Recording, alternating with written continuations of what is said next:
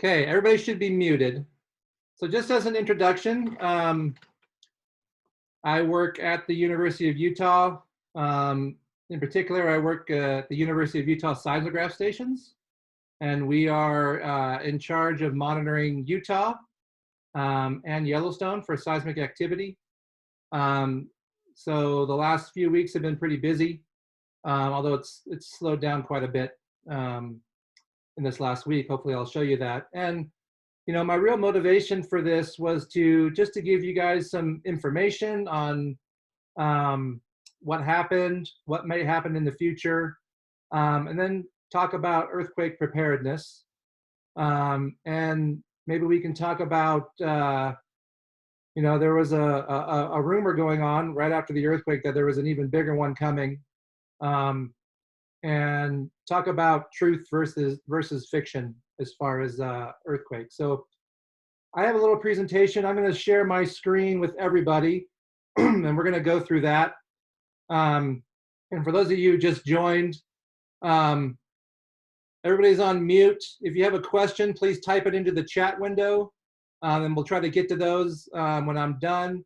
And I am recording this, and hopefully we'll be able to post this somewhere afterwards so everybody can see it if they missed it, or if you want to go back and look at some of the information. So let me see if I can share my screen.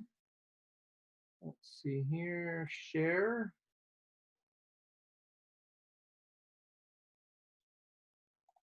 Okay. Okay, give me a thumbs up if you can see that. Everybody see my screen? Good. Okay, so I've titled my presentation "Earthquakes in Utah," and then how do we prepare for them.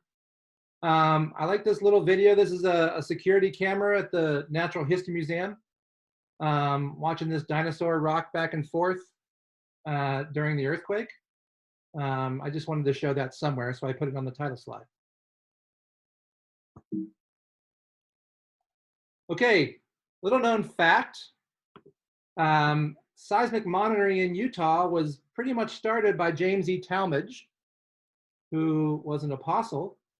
And you can see this is an excerpt from a journal entry from one of his journals. It says, dated June 29th, 1907.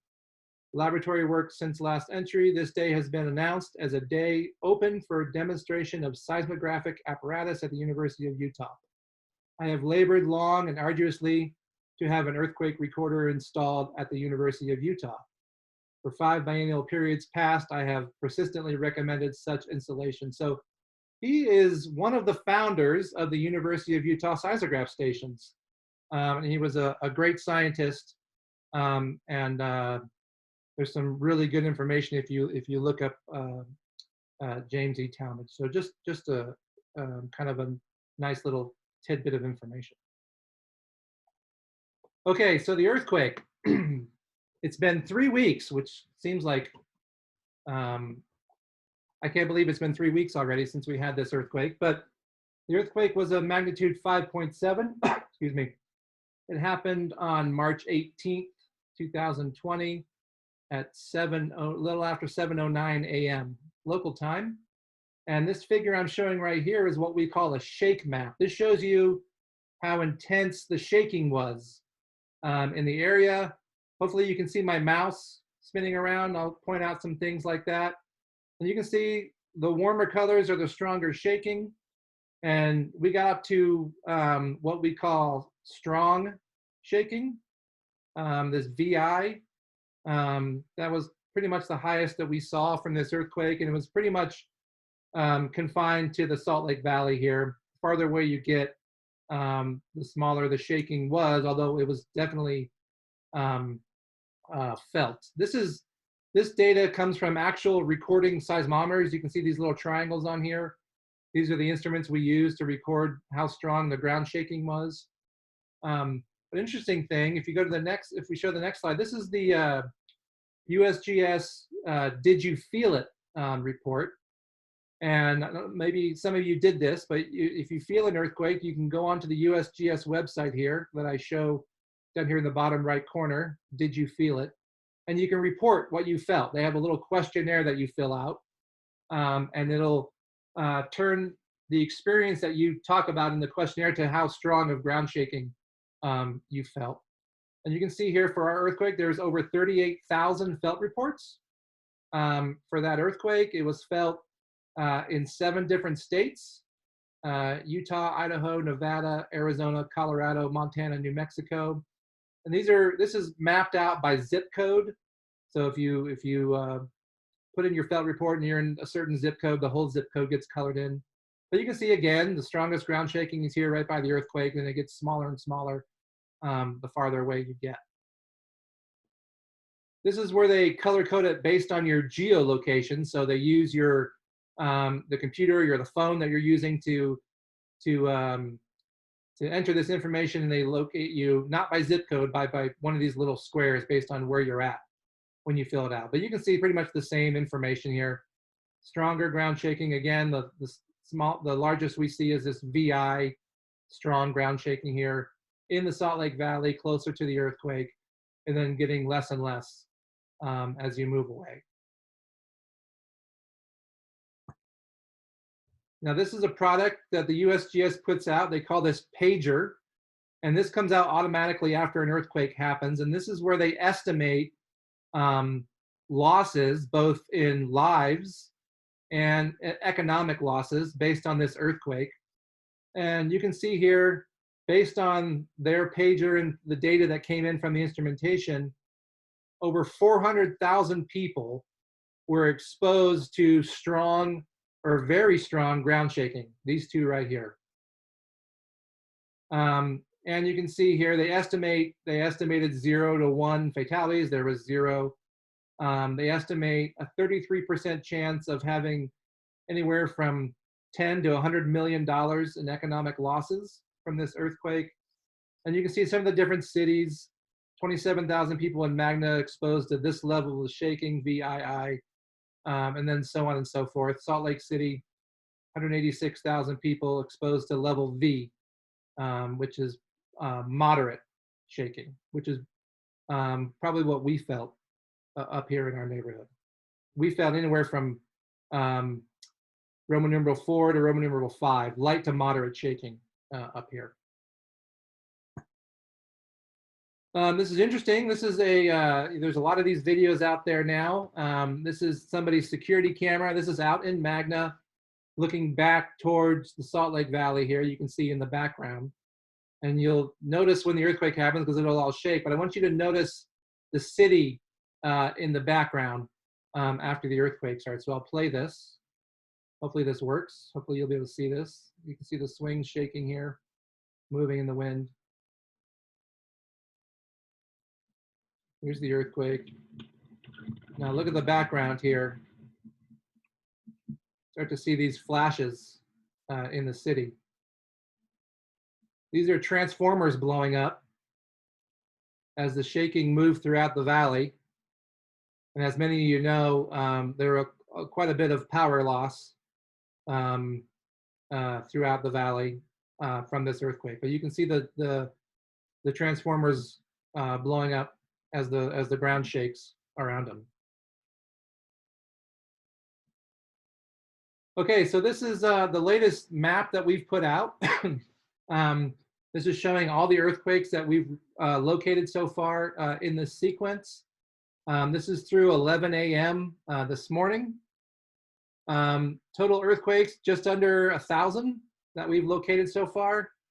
Here, of course, 1 magnitude 5, which is the main shock, 5.7, shown as this yellow circle right here.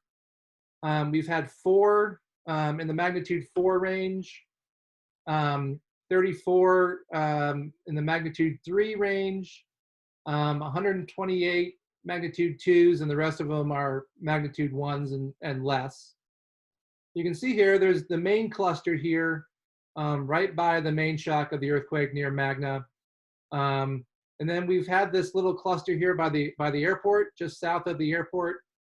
And then lately we've seen this little cluster up here to the north. We don't know if this cluster up here to the north is related or not to this sequence. It may be. Interesting, all the earthquakes here by the airport are much shallower than the earthquakes over here by the main shock. And then also shown here, all these blue triangles are part of our permanent seismic network throughout the valley. Then these green triangles are some of the temporary ones that we went out and put out a day or two after the earthquake to help locate a lot of these aftershocks shown here. So like I said, so far we've located just a little bit under 1,000. We still have a lot to look at, a lot of small ones, particularly right after the main shock where we have a lot of earthquake activity and it's hard to distinguish one through the other one because they're right on top of each other. So we're still looking at, so this number will probably grow even though the sequence is starting to die down. Okay, so what I'm going to show you here, these are what we call web accorders. This is for a seismic station on Antelope Island. And what you can see here, you read these from left to right, top to bottom. Each one of these lines is 1/2 hour of seismic data. So it starts here, goes down to the next line, goes down this way, keeps going down. And each one of these is 24 hours. So this one is for March 17th, the day before the earthquake. And you can see there's really not much going on. Everything you see on here is just noise. These aren't earthquakes or anything like that. This is just noise on this seismic station on Antelope Island. Now, if we go to the 18th, here you go. Here's the main shock right here, magnitude 5.7. You can see all these little earthquakes happening. Right after that thing happened, they just keep going. I've pointed out here the two biggest aftershocks. Here's one of the magnitude 4.6 aftershocks here. And then here's this one out here just after 1 o'clock. These are the only three that I felt up here on the bench. I don't know if any of you felt more than that, but these are the only three that I felt here up here at my house.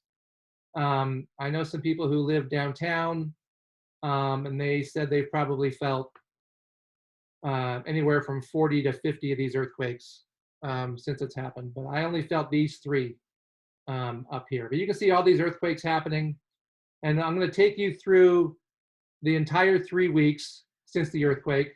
So here's the 18th, here's the 19th. You can see we still have seismicity going on throughout the day. This is probably a magnitude 3 event right in here. Most of these are smaller. Here's the 20th, still going. And you'll see that it starts getting smaller. The amount of earthquakes get less and less as time goes on. Here's March 21st. Here's March 22nd. Here's a little bit larger aftershock that occurred on March 22nd. This is a magnitude 3.9. And I should show you on the left side, this is local time on the left side. On the right side is what we normally use. This is UTC time, or Greenwich Mean Time right here. Here's March 23rd, again, still earthquakes, but getting less and less. Here's the 24th. You can see this big event down here. This happens to be a magnitude 7.5 earthquake in Russia that we recorded here. And we actually looked to see if it triggered more events in this sequence, but it didn't trigger any more earthquakes in this sequence. Here's March 25th. Still a few earthquakes on there, but really slowing down. Here's the 26th, a little bit of a pulse on the 26th. This is a magnitude 3.3. This is one of those events that are right south of the airport that is much shallower. So this one was felt by quite a few people because it was a little bit, it was shallower.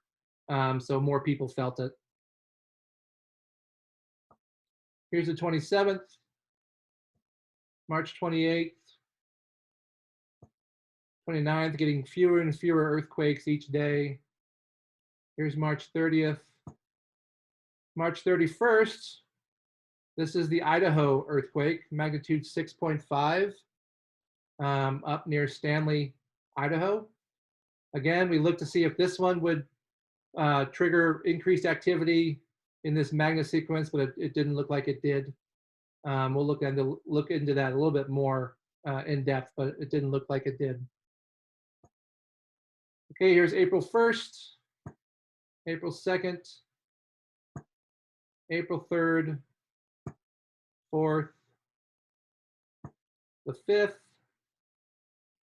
Just to let you know, this noise down here, this is most likely just wind blowing at the station, which is shaking the solar panels or the antenna, which causes a little bit of ground movement because of the shaking pole that the seismometer records. But this is just noise, probably from wind. Here's April 6th. Here's yesterday. And then this is the last 24 hours. So the 8th today goes from here to, this goes to about probably half hour ago to this station. Most of these are not earthquakes. These down here are earthquakes. We had 2 of them today, like a magnitude 1.7 and I think a 1.5 or something like that. So these are actual earthquakes down here in the magna sequence here. So you can see it's slowing down with time, which is what we'd expect. And you can look at that in another way. Here's a plot showing magnitude here on the y-axis. So you can see 1 through 6. And then time. Each one of these lines is a day. So here's the main shock, the star. Here's the 2 magnitude 4.6s, those 2 biggest aftershocks here. And you can see with time, we're seeing less and less earthquakes, and the magnitudes are getting smaller and smaller, although every once in a while you get one of these larger ones that people feel. Like I said, this is through 11 a.m. this morning, and this is really what we would expect on a sequence like this. Most of these earthquakes will not be felt, but there is still a chance of people feeling earthquakes within the next few weeks. But as time goes on, the magnitudes will get smaller and smaller, and they'll be less and less frequent. So in this sequence, we have 1 main shock, which is the 5.7, and we have 998 aftershocks, and we don't have any foreshocks for this sequence. And just to let you know what those are, aftershocks and foreshocks are still earthquakes. It just describes where they occur in relationship to the largest magnitude earthquake in the sequence. For example, if we had the 5.7, if an hour later we would have had a 5.9 or 5.8, that larger event would have then become the main shock, and that 5.7 would have been considered a foreshock to that 5.8. But we don't have, the 5.7 was the first event in the sequence, and everything has come later, and these are all aftershocks. So this thing is behaving like we would expect for a main shock aftershock sequence. Okay, so one of the questions we get quite a bit is, did this earthquake occur on the Wasatch Fault? We don't know that for sure. We're looking into that, but maybe it did. Most of these earthquakes look to be on a west dipping feature, so a feature that is getting deeper the farther west you get, and that's what the Wasatch Fault does. For example, this is one possible scenario shown here in this schematic. You can see the Wasatch Fault up here. This is a cross section, so you're looking north here. Here's the airport right here. So this is a cross section going across the valley right by where the earthquake occurred. The Wasatch Fault comes to the surface right here, and it dips to the west, so it gets deeper the farther west you go. Here's where these earthquakes are occurring underneath magna. So there is a chance that these earthquakes did occur on the Wasatch Fault as it dips underneath the valley, although we don't know that for sure, which this could explain why these events over by the airport are much shallower up here. But like I said, this is just one possible scenario. There are other scenarios in where this did not occur on the Wasatch Fault, maybe on some other buried fault that we previously did not know about, which is quite common as well. Now, I should tell you, a question we asked was this earthquake a surprise? And the answer is most certainly no. This was not a surprise. In fact, in this document here, And here's a link to some of the data from that document. This is the full document down here at the bottom. This is a kind of pared down version of it for the public. If you want to just look at that, showing some of the conclusions. And in this is a document that was published by the Utah Geological Survey in 2016. This is a working group on Utah earthquake probabilities. They published a 50-year forecast for moderate to large earthquakes in the Wasatch Front region. And they determined that there was a 93% chance of having one or more earthquakes of magnitude 5 or larger in that 50 years. So given a 93% chance, we would definitely say that this 5.7 magnitude earthquake was an expected earthquake and definitely was not a surprise. Okay, so some of the places that you can go to get information, of course, where I work, the University of Utah seismograph stations, you just go to quake.utah.edu. This is what our web page looks like, and I'm gonna exit out of here for 1 second. I'm gonna open up my browser here, and here's our website right here. And you can see the map. This is the map of the earthquakes for the last few weeks. These are all the earthquakes that we've located in the region. Here you can see the Magna sequence right here. Here's the Idaho sequence up here. Here's Yellowstone. Some other information, if you want to click on the map, you can click on it and it'll take you to another map, and then you can zoom in. Here you can zoom in. Here's the Magna sequence. Here's the main sequence here. Here's those events by the airport. Here's those events a little bit to the north of the airport. Excuse me. Now, if you go back to the main site, some of the things I wanted to show you here on our website that you might find interesting. We made this fact page, frequently asked questions page about this earthquake. If you click on that, it'll take you here. Here you can see the map I showed you already. These are the numbers of the earthquakes. And then some questions, what is the foreshock, main shock, aftershock? What's the difference between us, the University of Utah seismograph stations, and the United States Geological Survey? Is there a bigger one coming soon? How long did the main shock last? And then also, will this delay or trigger the big one? I'll talk about that a little bit more later in this presentation, but you can go through and you can look at some of these things. You can also go, if you want to, go to up to the list up here, monitoring, and go to live seismograms. And these will bring up those web recorders that I showed you before for that station. These are all the stations we have that you can view live seismograms in Utah and Yellowstone. For example, this is the one I showed you. If you click on the station, you can go view live seismogram, and here's that image right here of that station, the last 24 hours. If you want to look at past ones, you go up here to quick links, you can go to web recorder archives. And this brings the last week of all the stations that we have for all these stations. For example, here's NAIU right here. Here's April 2nd. And you can look at the different time periods of those seismometers. So that's some of the things. There's other things on here that you can look at, but those are kind of the main things I would point you to if you want to get some more information on this earthquake. So let's see here. Let's go back to the presentation. So here's the our website. Okay, so now I'm going to give you kind of more of a general background on earthquakes. So how often do earthquakes occur? This is on a global sense. As you can see here, magnitude is on this size.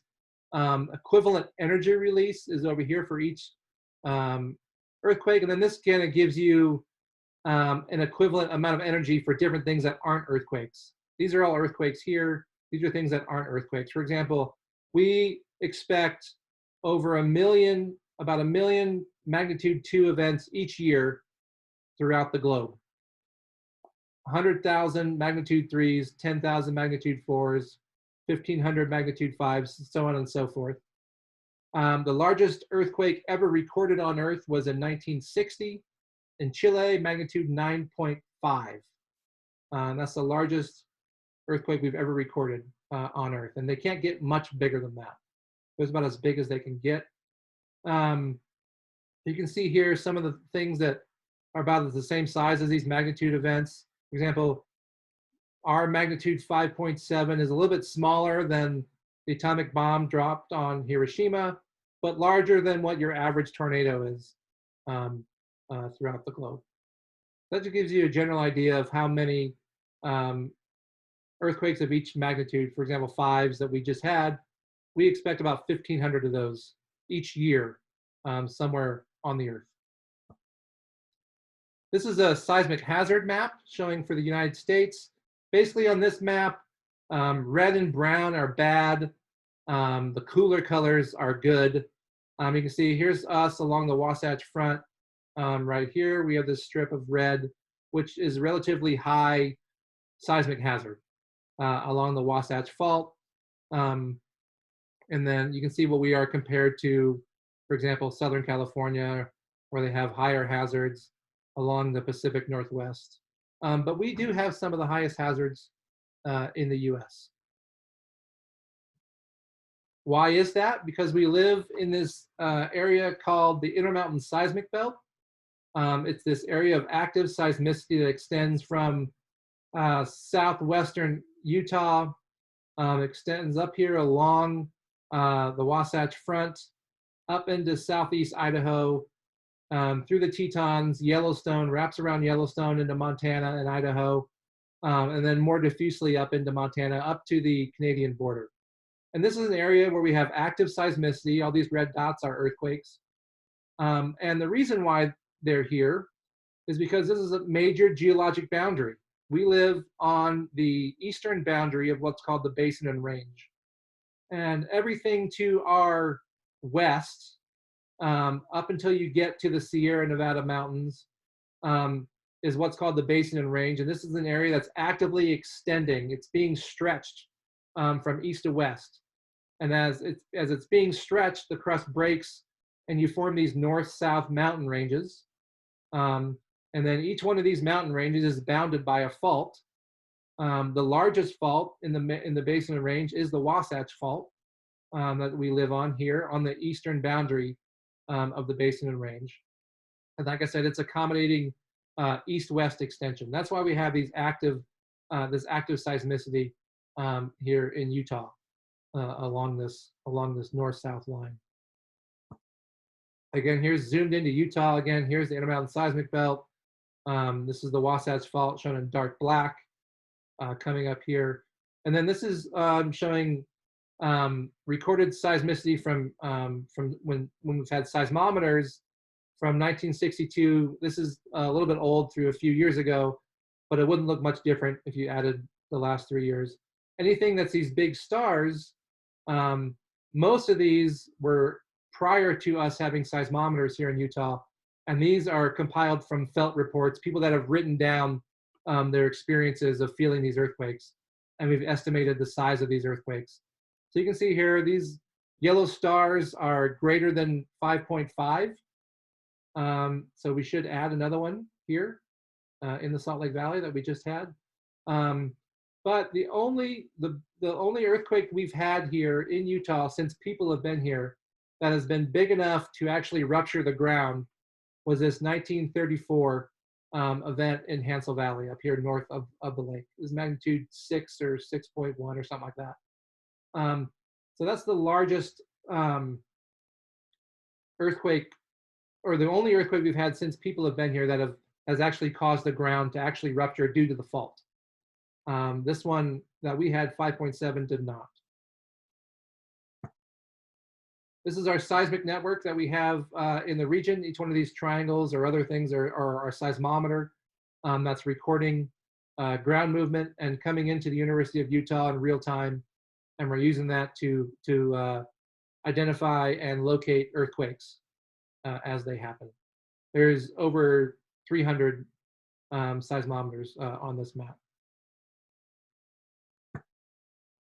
Okay, so this is a map showing all the earthquakes that we located in Utah, in the Utah region in 2019.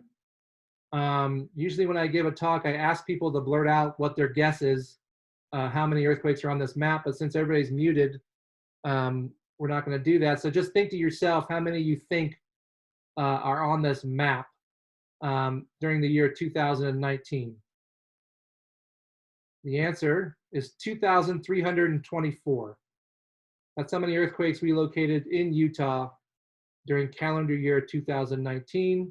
If you break it down, we had 3 magnitude 4 events, one here, and one here.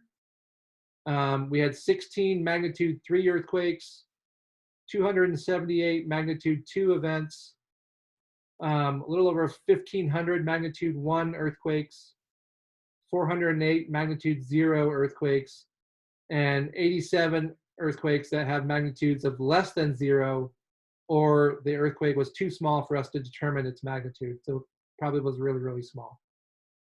So this is what it looks like. And you can see the pattern generally follows that Intermountain Seismic Belt pattern going from southwest Utah up along the Wasatch Front up into Idaho. Okay, so far this year, this is through yesterday. Again, these are all the earthquakes that we've located so far this year. The star is the magnitude 5.7 event. All those other earthquakes are sitting below that. You can't see them. But this is what it looks like. So guess again in your mind how many we've had so far this year through April 7th. The answer is 1,547. Keep in mind that about 1,000 of those are just in this magna sequence alone. So we're way ahead of last year's rate, which is not surprising since we had this earthquake. Here's the breakdown. We've had 1 magnitude 5, 4 magnitude 4s, 38 magnitude 3s, 179 magnitude 2s, 671 magnitude 1s, and 547 magnitude 0 earthquakes, and then 107 of less than 0. So why do we have so many earthquakes? Here's the map of what I call Utah's faults, seismic faults, not the other kind of faults.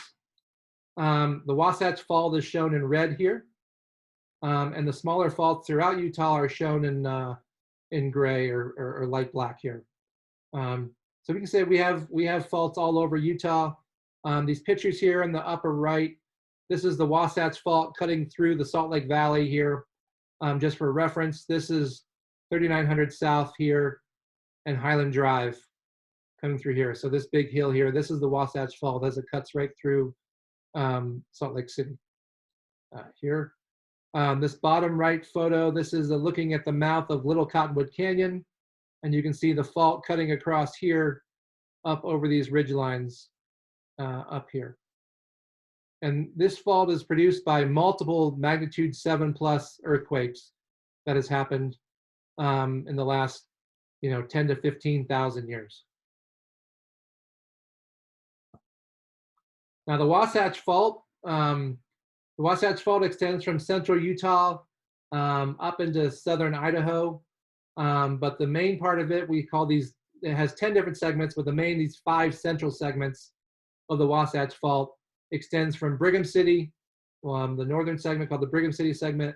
We have the Weber segment, the Salt Lake segment, the Provo segment, the Nephi segment. And those are the kind of the main 5 where most of these larger earthquakes have occurred throughout time. And some of these rupture separately, just by themselves. Some of them rupture across these boundaries to multiple segment ruptures, and that's where you get the bigger earthquakes. Now, I talked about earlier, some people have asked, why can't we get, there was this rumor going around shortly after our earthquake that there was a magnitude 9 about to occur. And we tried our hardest to stop that rumor from getting around, but it got out. Some people believed it. We tried as quick as we can to get out information saying, no, that's false. That's not going to happen. In fact, a magnitude 9 is impossible here in Utah. because to get a magnitude 9, you need a really long fault. The bigger the earthquake, the longer the fault has to rupture.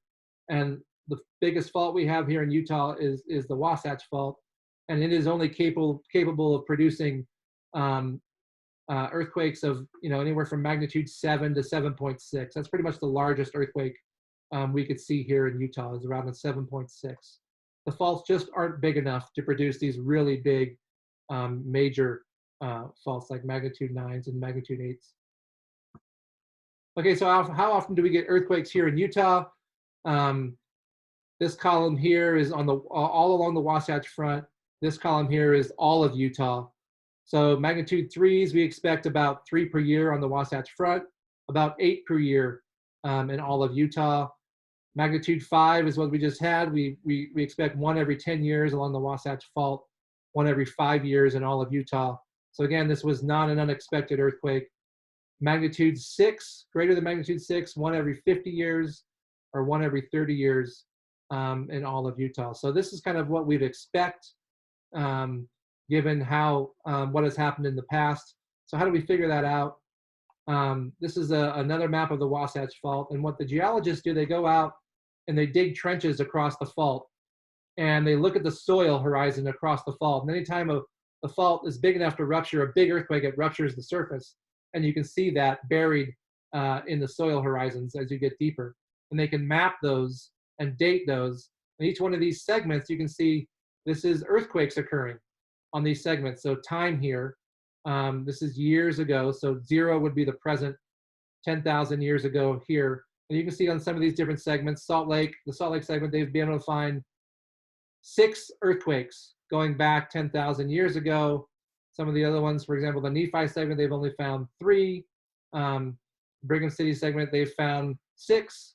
And you can see here, based on this, of these segments here, the one that's been the longest since a big earthquake is the Brigham City segment. So that was what we would call the most ready for the next earthquake, followed by the Salt Lake City segment, which would be the next most ready for a big earthquake.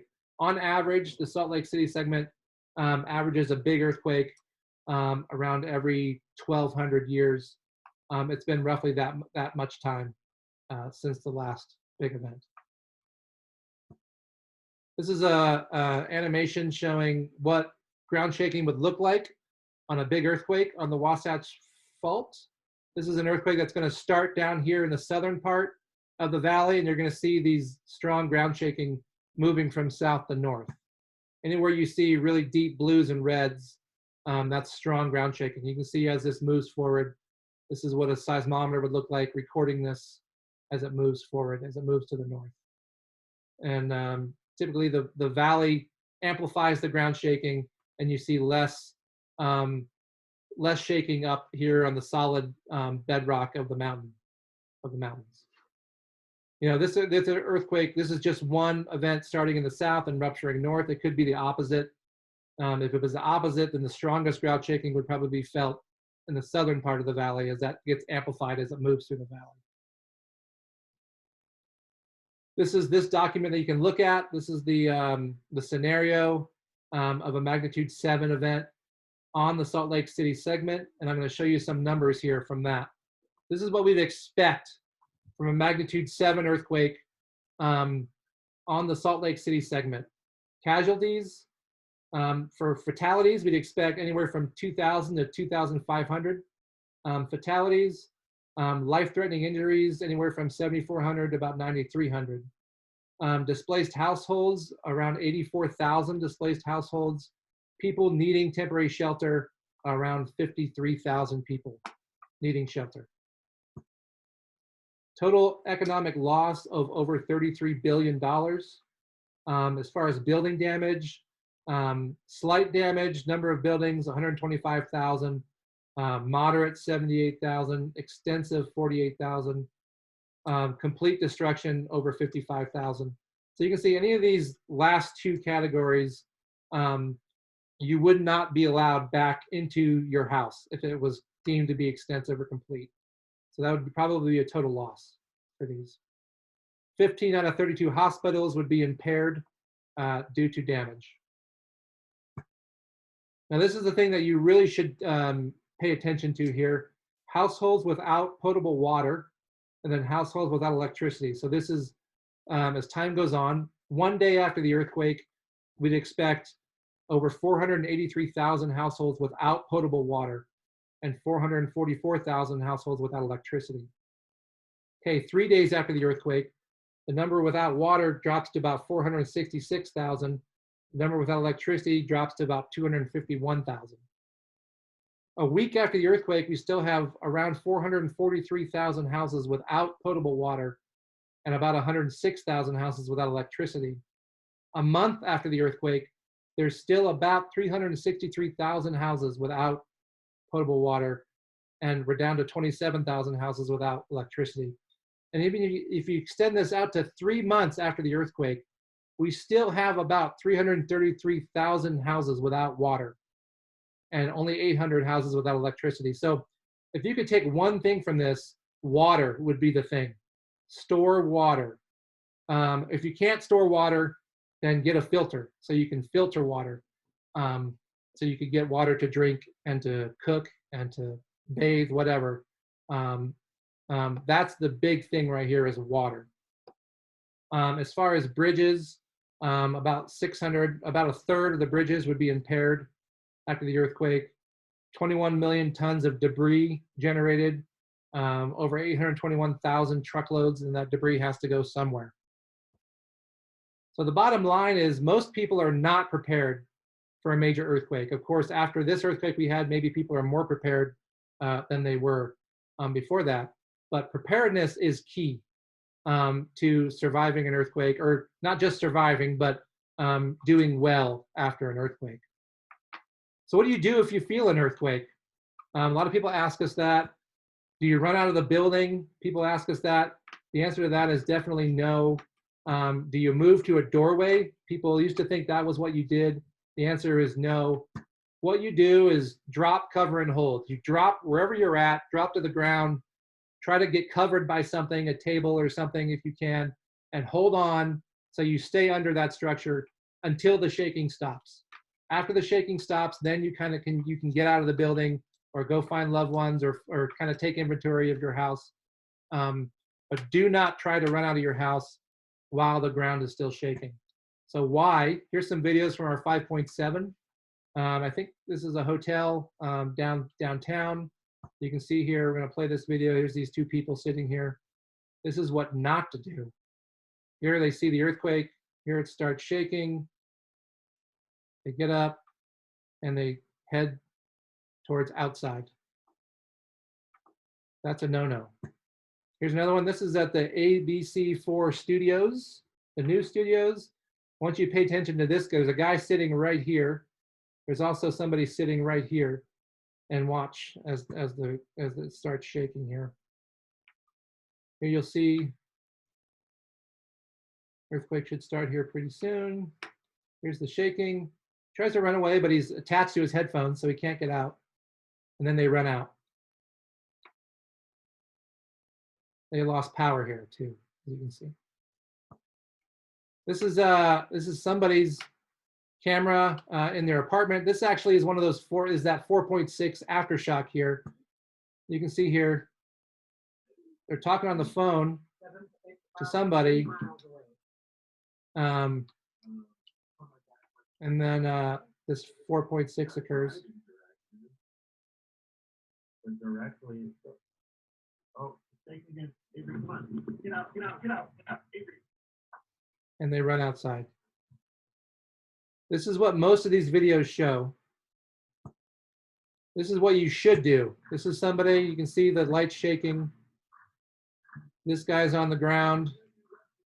You can hear somebody yell, get under your desk, and he gets under his desk. This is what you should do and wait out the shaking. So why is that? This is a video of somebody's porch here, their Nest camera. And you can see here, you'll watch this. Here comes the earthquake. And the bricks gave way on their arch and fell directly on their walkway. So if they would have ran out of their house, they would have been hit by this debris, and that would have been worse than anything that would have happened if they stayed in their house. Also here, this is, I don't know what business this is, but this is a video. Once you pay attention to this area on the right at this desk where luckily there's nobody sitting here. But you can see here when the earthquake starts. There it goes, and there goes the deer head. This is why you want to cover yourself, because things are going to fall, especially if you have a bigger earthquake than what we had. You want to be protected until the shaking stops. Okay, so this is some of the numbers that I talked about in that prediction or that forecast of earthquakes. We can't predict earthquakes, but we can forecast them.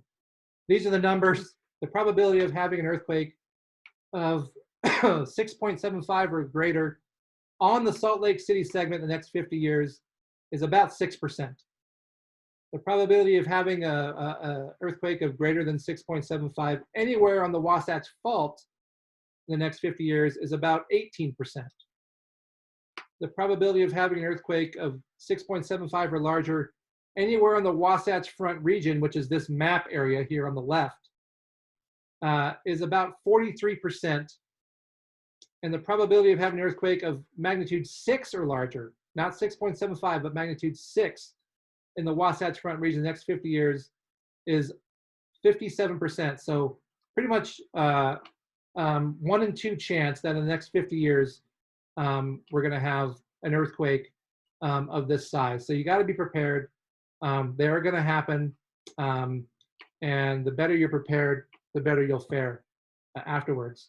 So how can we prepare? This website, bereadyutah.gov, is an excellent website to go to. Here they have an example, what they call a disaster supply kit or a 72-hour kit. Things on here to keep, they have a filter here for water or water tablets, a way to filter waters. Pretty much they recommend 1 gallon a day per person for water. Half of that is for drinking, the other half is for cooking and or bathing.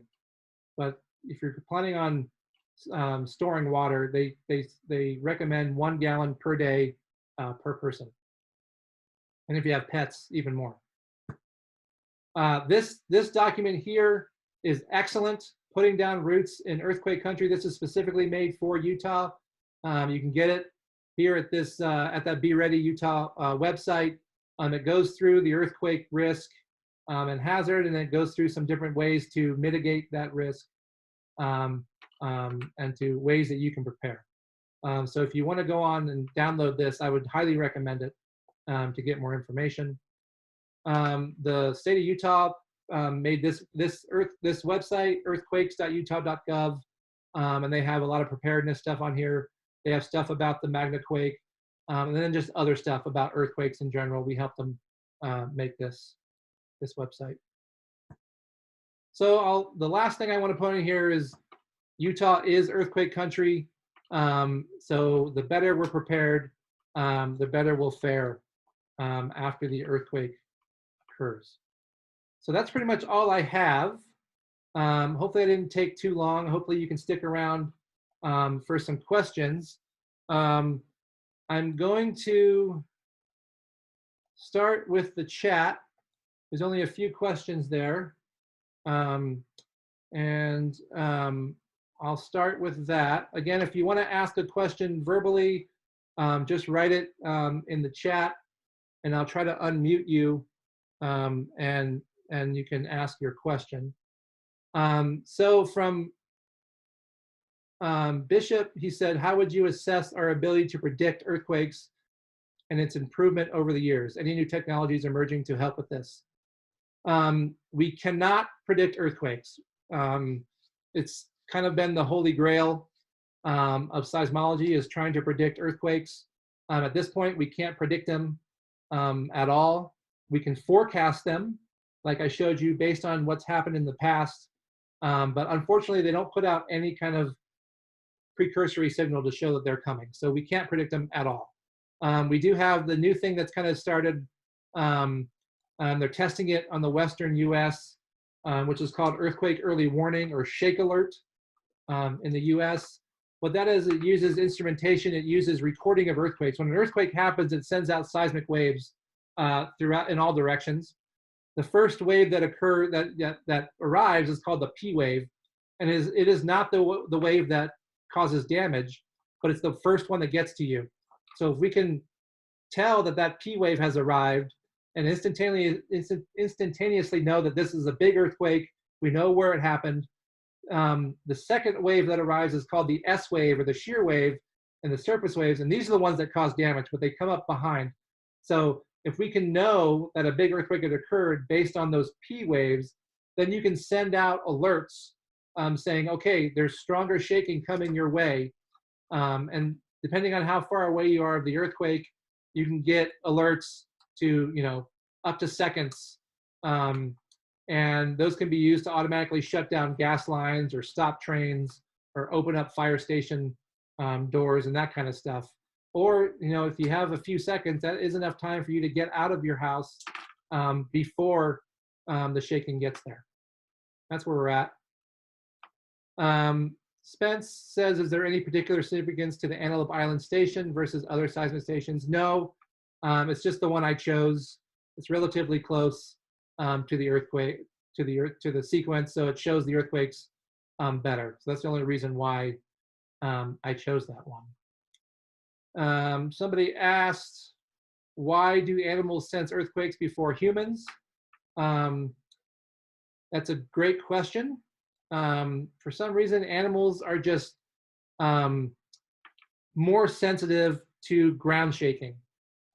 They can't predict them, but they're more sensitive to that lower shaking level. And I have a video. Let's see if I can show this. Hopefully you guys will be able to see this. See if I can find it. I tried to label it so I can find it.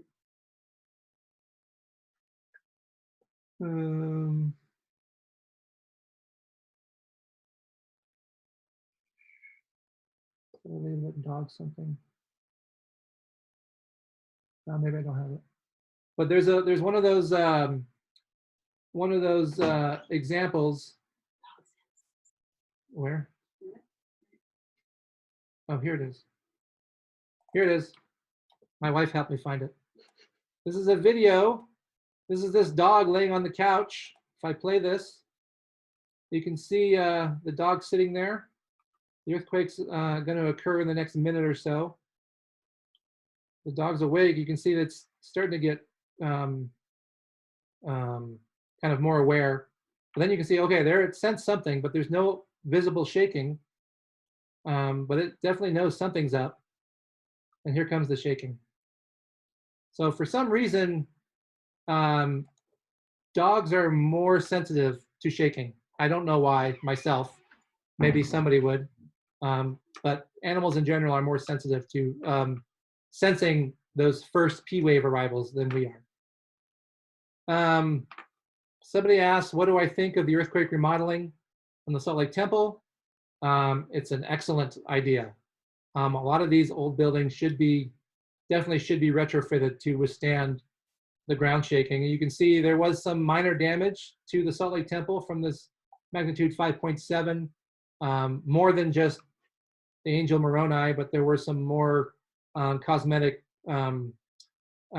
damage to the temple as far as some of the bricks being out of place. Nothing structural, I don't think, but definitely they should keep this up with retrofitting some of these buildings. Somebody wrote, we were in bed when the earthquake hit, and I remember being told to roll out of bed and onto the floor from back in the day. Since there aren't tables to get under near the beds in our home, what do we do? That's an excellent question. If you can't get under something, definitely get near something. So on your bed, I definitely would recommend rolling off of it and just sitting down next to it. So if something does fall, you're a little bit protected from stuff falling. You can even take your pillow and put it over your head to protect you. I was also in bed when it happened, and that's exactly what I did. Rolled off the bed to get down. So, oh, another one just came in. Are there any retrofitting recommendations for our homes to help them be more secure? Yeah, in that document I showed you here, that putting down roots in earthquake country, they go through that. Utah has a program called Fix the Bricks, and you can apply for that, where they help you. There is some funds, I think, to help people fix their unreinforced masonry houses to make them more seismically secure. A lot of the homes in our neighborhood are older homes built in the 50s or before, and they're unreinforced masonry buildings. They're made out of brick, and they do not fare well in large earthquakes. So there are programs through the state. You could probably talk to any engineer and they'll tell you how you can retrofit your house. So a lot of these old homes, the house actually isn't physically connected to the foundation. They just thought gravity was enough to keep your house on its foundation, and sometimes just simply bolting your house to the foundation will help it not move off the foundation. But yeah, if you look at this document here, it'll take you through the different ways you can look at retrofitting your house. Somebody said, you've mentioned water and power disruptions. What about natural gas? There definitely would be gas disruptions. You know, back, one of the old recommendations was to immediately go down and turn off your gas. That is not what we would recommend doing. Definitely go check your gas lines, you know, by your water heater and stuff like that. If you see a leak, if you smell a leak, or if you can hear a leak, definitely turn your gas off. But if you don't sense a leak, they recommend not turning your gas off, because if you do turn it off, it's going to be a long time before the gas company comes and turns it back on. If you turn it off, you can't just turn it back on. They have to come and turn it on for you. So only if you actually can sense a leak in your gas line do you go and turn your gas off. Otherwise, just leave it on so you can use it. Okay, that is all the questions. Oh, there's another one. Could an earthquake trigger a volcano like Yellowstone? So that's a good question. We got a lot of those questions after the Idaho earthquake. And the answer is probably not. Earthquakes just don't cause a big enough perturbation in the earth to trigger a full-on volcanic eruption. Think about it this way. For Yellowstone, the last eruption in Yellowstone was 70,000 years ago. And this isn't even one of the big, giant volcanic eruptions. This would be a smaller lava flow. So anytime lava came out of the ground in Yellowstone, the last time it occurred was 70,000 years ago. There's been thousands and thousands of magnitude 6 earthquakes since that time, and not any of them have triggered a volcanic eruption. So it's not likely that that's going to happen. Okay, more questions. Why do we only feel the larger quakes here in our neighborhood? Mainly because we're up here on the bench, on more solid ground, the bedrock, and that does not amplify the ground shaking where we are up here. If you're in the valley, where you're on a lot of those old Lake Bonneville lake sediments, and on all those sediments that have been put down into the valley from the rivers coming out of the mountains, all that type of ground tends to amplify the ground shaking. And that's why you feel it more. Plus, they're down closer to the earthquake. The farther away you get, the less you are to feel it. And then also, the higher up you are in the building, the more likely you are to feel ground shaking, because the taller the building, the more that ground shaking gets amplified on the top floors of that building. So if you're on the ground floor versus one of these buildings downtown, the higher you're up, the more likely and the stronger shaking you're going to feel from that building swaying. The 4.6, somebody said felt stronger. Was that close to us on the East Bench? It was not. It was located down at the same area as the other ones, but I felt the same thing. The 4.6 at a little after 1 felt different than the rest of them. It lasted longer.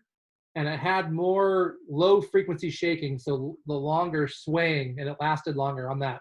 It's probably more due to how that earthquake occurred in the ground, not so much how it propagated through the ground and up to us. But that one definitely did feel different than the rest, but it was located down in the same area and the same depth.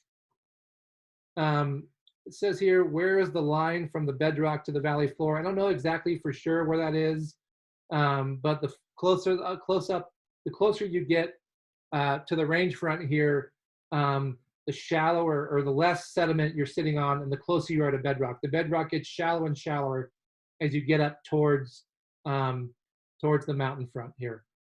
So that's probably why we didn't feel as strong ground shaking up here as people did down in the valley. Explain the magnitude scale between 5 and 6. So the magnitude scale is what we call a logarithmic scale. So each magnitude difference is a factor of 10 in the size of the earthquake. So a magnitude 6 earthquake is 10 times larger than magnitude 5. In addition, because of that scale, a magnitude 6 puts 32 times more energy out than a magnitude 5. So the magnitude 6.5 in Idaho was much bigger than our magnitude 5.7 in Utah. In fact, it was probably it put out around 18 times more energy out than our Utah one. So, you know, these might sound close, 5 and 6, but a magnitude 6 is a lot bigger than a magnitude 5. So that's kind of how the magnitude scale works. I think I got through them all. Here, oh, here goes. At what point were you able to determine the magnitude, the 5.7 was not a foreshock? You know, we can't really tell that until another big one comes. So there's no way to know that events are foreshocks until a larger one occurs. So at this point, we're pretty confident that a bigger one is not coming. So we're confident saying that 5.7 is the main shock. The farther away you get from that 5.7, the probability of a bigger earthquake, it gets smaller and smaller and smaller, and it falls off pretty fast. So there's definitely less than 1% chance of having an event bigger than 5.7 at this point. But you know, we can't know that something is a foreshock in advance. So the only way we know is if a bigger one happens. Is there an optimal place to store water? What they'll tell you on that Be Ready website, I think, is they say a cool, dark place is the best place to store water. And there are definitely certain containers that you want to use as opposed to other ones. You don't want to use clear containers because the sunlight will get to the water and you can get bacteria growing in that water. So, but you can read in that, on that Be Ready Utah, they have some good information on how to store water. The only thing to keep aware though, is that you want to be able to get to it after an earthquake. If the earthquake's large enough to where your house is basically you're not allowed back in your house, then if that water is stored down in your basement, it doesn't do you any good. So, you know, a lot of people will store some down there. They might put some in their garage. They might put smaller things out where they can get them out of the house, or put kind of a 72-hour kit or something in a backpack for each person in the house, and have those where you can grab them and go if you have to. And hopefully you'll be able to get back in to get to your food storage if you can, but some you may not be able to. So it's something to think about. I don't know if there's an easy answer to that, but it's something to think about. Should we put bleach into our stored water? I don't think so. I think you can just store water. If you store it properly in a proper container, you don't have to put anything into it. You can just put tap water in there and it should stay. They say you should rotate it, you know, once a year and rotate your water, I think. But again, if you go to that Be Ready Utah site, They go through all that. It's definitely not, I'm not an expert on that. But I think you don't have to put anything into it. And, you know, up to a year, you can drink it without having to worry about it. And they say rotate it every year, something like that. But again, look on that document to get a better answer. Okay, at this point, I am gonna stop sharing and I'm gonna unmute everybody. If anybody has a question they want to ask that was not typed in, feel free to ask. If not, we will shut this down and hopefully people learned something. And Thanks very much. Thank you, Jamie. Like I said, I recorded it. It was awesome. Hey, James, welcome home. Good. I'm glad you liked it. And hopefully we'll find a place to post this where you can go back and look at it in the future. So thanks everybody for logging on. Thank you. Thanks. For all your Good night. Hopefully we'll be able to meet together sometime in the near future. Exactly. Thank you, Jamie. Thanks everybody. Thanks, Bishop.